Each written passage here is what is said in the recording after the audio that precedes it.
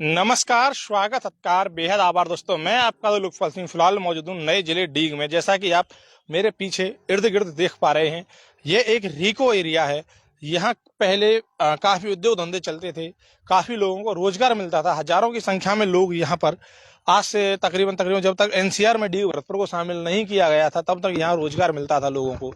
सुबह आते और शाम को अपने बेचारे मेहनत मजदूरी करके जाते थे। लेकिन शायद हो सकता है कि भजनलाल सरकार एक बार फिर से भरतपुर एवं डीग जिले में रोजगार, उद्योग धंधे, कारखानों को स्थापित करने जा रही है, ऐसा अनुमान लगाया जा रहा है। यदि ऐसा होता है तो निश्चित तौर पर यहाँ हजारों की संख्या में लोगों को एक बार फिर से रोजगार मिलेगा। और जिस तरह से आप देख पा रहे हैं इधर उधर चारों तरफ, अगर बात करें तो इंडस्ट्रियल एरिया है। इधर आपको देखने को मिलेगी एक लोहे की फैक्ट्री है, जहां पर जो लोहे के सामान होते हैं, सामानों का निर्माण किया जाता है, निर्मित किए जाते हैं। ठीक बगल में ही एक छोटा प्लांट है। ऐसे ही यहाँ टोटल इंडस्ट्रियल एरिया, एक बार सामने की तरफ दिखाइए, सामने आईटीआई है जहां पर लोगों को काम सिखाए जाते हैं। तो निश्चित तौर पर यह एक इंडस्ट्रियल एरिया है। यदि भविष्य की संभावनाओं को देखा जाए तो यहाँ पर बहुत जल्द हो सकता है कि दोबारा से एनसीआर और टीटीजेड से यदि डी और भरतपुर बाहर होंगे तो आपको एक बार फिर से यहाँ उद्योग धंधे देखने को मिलेंगे।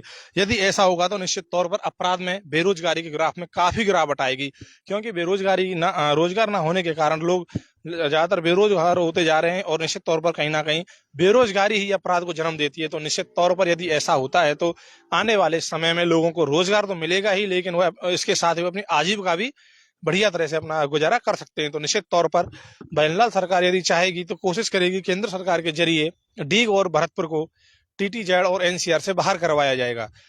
कहीं ना कहीं अभी 2 दिन पहले आपने खबर देखी होगी, जिसमें मुख्यमंत्री भजनलाल शर्मा ने करोड़ों रुपए से भरतपुर से और कामा नदवी तक की बात कही है कि रोजगार को डेवलप किया जाएगा, सड़कों का रीमॉडलिंग होगा।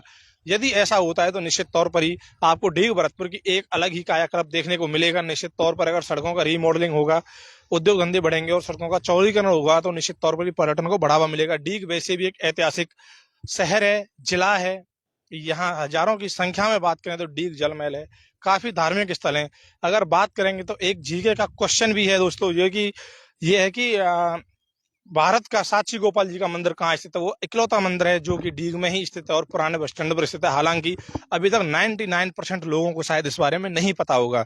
तो निश्चित तौर पर धार्मिक दृष्टि से, रोजगार की दृष्टि से दोनों जिलों को, डीग एवं भरतपुर को, काफी विकास करना जरूरी है उनके लिए। तो आपकी क्या राय है, कमेंट करके जरूर बताइएगा।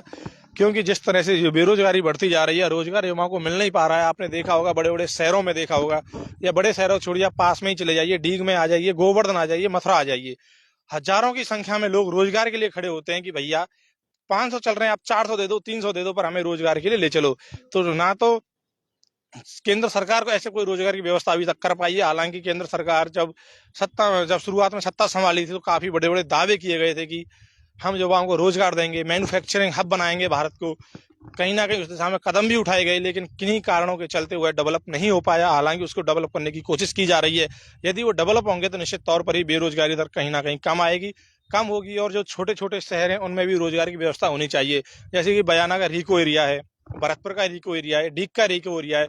तो इनमें कहीं ना कहीं बंदिशों, टीटीजेड और एनसीआर की बंदिशों छूट देनी चाहिए, जिसके चलते यहाँ रोजगार की सुविधा हो। रोजगार की सुविधा मिलेगी तो बेरोजगारी निश्चित तौर पर ही कम होगी। तो दोस्तों वीडियो को शेयर करें। जय हिंद, जय भारत।